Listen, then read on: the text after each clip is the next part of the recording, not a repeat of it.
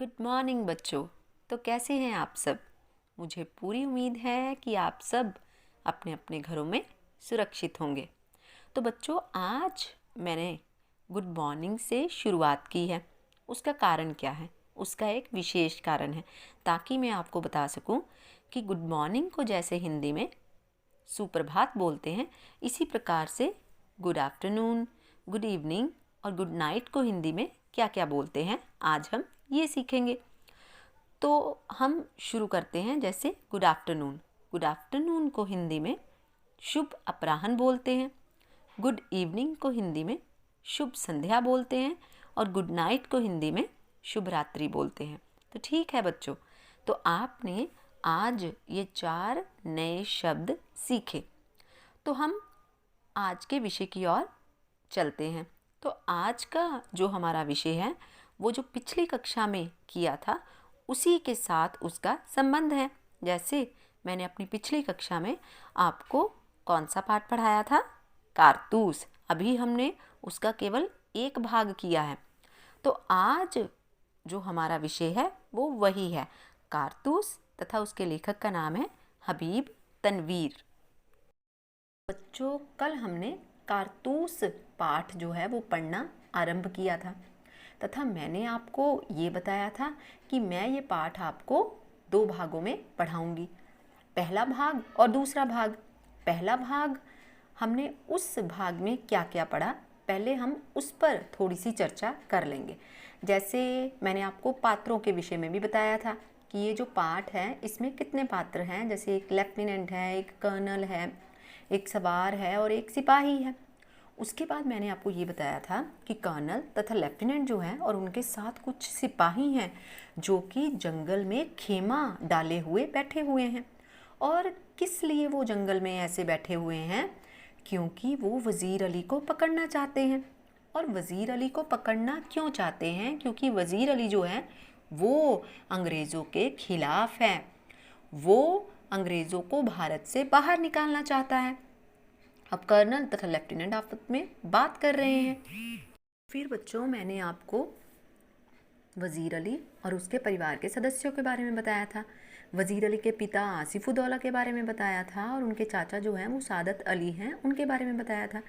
जो सादत अली है वो अंग्रेज़ों के साथ मिला हुआ है और आसिफुद्दौला जो वज़ीर अली के पिता हैं वो दोनों ही अंग्रेज़ों से नफ़रत करते हैं। और अंग्रेज़ भी चाहते हैं कि किसी ना किसी तरह जो अवध का तख्त है, जो उसके राजा हैं, जो वज़ीर अली है, उसे उसके पद से हटा दिया जाए। और उसको वो हटा भी देते हैं और वो अवध के तख्त पर अवध का राजा जो है वो सादत अली को बनाना चाहते हैं। और उसका कारण क्या था, मैंने ये भी बताया था।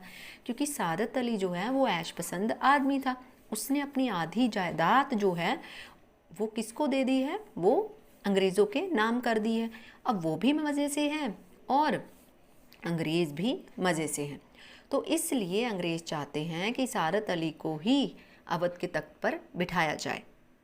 उसके बाद कर्नल और लेफ्टिनेंट जो है वो आपस में बातचीत करते हैं कि अकेला वज़ीर अली नहीं है जो अंग्रेज़ों के ख़िलाफ़ है, बल्कि कई लोग, कई राजा ऐसे हैं जो अंग्रेज़ों के ख़िलाफ़ हो चुके हैं। इसलिए उन्होंने कहा था कि पूरे हिंदुस्तान में अंग्रेज़ों के ख़िलाफ़ एक लहर दौड़ गई है, अर्थात पूरा हिंदुस्तान ये चाहता है कि किसी न किसी तरह अंग्रेज़ों को बाहर निकाल दिया जाए। अब उसके बाद मैंने आपको वज़ीर अली द्वारा जो कंपनी के वकील की हत्या की गई थी उसके किस्से के बारे में भी मैंने आपको बताया था कि कंपनी के वकील की हत्या क्यों करता है वज़ीर अली। क्योंकि वज़ीर अली अपनी शिकायत लेकर जाता है कंपनी के वकील के पास, लेकिन जो वकील होता है उसकी शिकायत बिल्कुल नहीं सुनता, जिस कारण जो वज़ीर अली है वो गुस्से में आकर उसकी हत्या कर देता है। यहाँ तक तो हमने कल पढ़ा था। अब इससे आगे की कहानी शुरू करते हैं। बच्चों, मैं आप सबको पाठ शुरू करने से पहले एक बार फिर कहूँगी कि अपनी अपनी जो पाठ्य पुस्तक है वो खोल लीजिए। स्पर्श भाग 2 का पाठ है कारतूस, और हम किस पृष्ठ पर पहुँचे हैं? हम पेज नंबर 130 पर हैं और लास्ट अंतिम जो पैराग्राफ है हम उस पर पहुँचे थे, जब मैंने आपको ये बताया था कि कंपनी के वकील की हत्या जो है वो वज़ीर अली कर देता है। अब वज़ीर अली हत्या करने के बाद जो है वो आज़मगढ़ की तरफ भाग जाता है। आज़मगढ़ का जो राजा है वो वज़ीर अली को अपनी हिफाजत में, मतलब अपनी सुरक्षा में, उसे घाघरा पहुंचा देता है। और वज़ीर अली अकेला नहीं है, वज़ीर अली के साथ कुछ सिपाही भी हैं। तो वज़ीर अली और जो सिपाही हैं वो अब कहाँ पहुंच गए हैं? वो घाघरा तक पहुंच गए हैं। अब वो उन्हीं जंगलों में कहीं पर छिपा बैठा है। उसी ताक में लेफ्टिनेंट और कर्नल भी हैं। वो चाहते हैं कि किसी न किसी तरह वज़ीर अली को पकड़ लिया जाए। अब लेफ्टिनेंट जो है वो पूछता है कि वज़ीर अली की स्कीम अर्थात योजना क्या है, कि वज़ीर अली आखिर चाहता क्या है। अब कर्नल ये बता रहा है कि वज़ीर अली की स्कीम क्या है। वज़ीर अली चाहता है कि वो किसी न किसी तरह नेपाल पहुंच जाए और अफ़गानी हमले का इंतज़ार करे, अपनी ताकत को बढ़ाए, सादत अली को उसके पद से हटाकर खुद अवध का नवाब बन जाए दोबारा से और अंग्रेज़ों को हिंदुस्तान से निकाल ले। तो लेफ्टिनेंट आगे से पूछता है कि नेपाल पहुंचना कोई मुश्किल तो नहीं है, शायद वो पहुंच ही गया हो। कर्नल कहता है कि हमारी फ़ौजें और नवाब सादत अली खां के सिपाही बड़ी सख्ती से उसका पीछा कर रहे हैं। हमें अच्छी तरह मालूम है कि वो इन्हीं जंगलों में है। तभी क्या होता है, तभी एक सिपाही जो है वो अंदर आता है। सिपाही द्वारा कर्नल को संदेश देना, और वो क्या संदेश देता है कि शायद कि कोई सवार जो है वो दूर से घोड़े पर आ रहा है तथा धूल उड़ती हुई दिखाई दे रही है। और कर्नल ये सोचता है कि शायद कोई हमारा दुश्मन ही ना हो, तो इसलिए वो सिपाहियों से कहता है कि थोड़े से चौकन्ने रहना। और उसके बाद जो लेफ्टिनेंट है वो खिड़की से बाहर देख रहा था, तो बाहर देखते देखते वो ये कहता है कि धूल तो ऐसे उड़ रही है जैसे पूरा एक कारवां चला आ रहा हो, शायद पूरी फौज आ रही लगती है। पर फिर बाद में ये कहता है कि नहीं, ऐसा मालूम हो रहा है जैसे एक ही सवार जो है वो आ रहा है। तो कर्नल आगे से ये कहता है कि एक ही सवार है जो तेजी से घोड़ा दौड़ाए हुए हमारी तरफ आ रहा है। और लेफ्टिनेंट आगे से कहता है कि हमारी तरफ ही आ रहा है वो जो सवार है। तो कर्नल आगे से ये कहता है कि सिपाहियों से कह दो कि ये जो सवार आ रहा है उस पर नज़र रखे। अब नज़र रखना जो है वो एक मुहावरा है। नज़र रखना का मतलब होता है किसी की निगरानी करना, ठीक है। तो इस मुहावरे का अर्थ भी मैंने आपको साथ में बता दिया है। अब लेफ्टिनेंट जो है आगे से ये कह रहा है कि कोई शक की बात नहीं है, इसी तरफ तेज़ी से आ रहा है। तभी से भी एक सवार जो है जो उनकी तरफ आ रहा था वो उनके खेमे में पहुंच जाता है। और वो आगे से ये कहता है कि मुझे कर्नल से मिलना है। और सिपाही अंदर जाकर फिर से अपना संदेश देता है। वो कहता है कि वो जो सवार है वो आपसे मिलना चाहता है। कर्नल जो है आगे से ये कहता है कि उस सिपाही को, उस सवार को अंदर भेज दो। और लेफ्टिनेंट आगे से ये कहता है कि वज़ीर अली का कोई आदमी होगा, शायद हमसे मिलकर उसे गिरफ्तार करवाना चाहता होगा। कर्नल आगे से ये कहता है कि कोई बात नहीं, जब वो आएगा तब हम देख लेंगे। अब जो सवार है वो कर्नल को ये कहता है कि मैं यहाँ पर तन्हाई चाहता हूँ। तन्हाई अर्थात यहाँ पर इस खेमे में कोई ना हो। तो कर्नल कहता है कि यहाँ पर कोई भी गैर आदमी नहीं है, तुम आसानी से जो भी कहना चाहते हो वो कह दो। लेकिन वो इसके लिए भी मना कर देता है। और वो आगे से ये कहता है दीवार हम गोश दारद तन्हाई।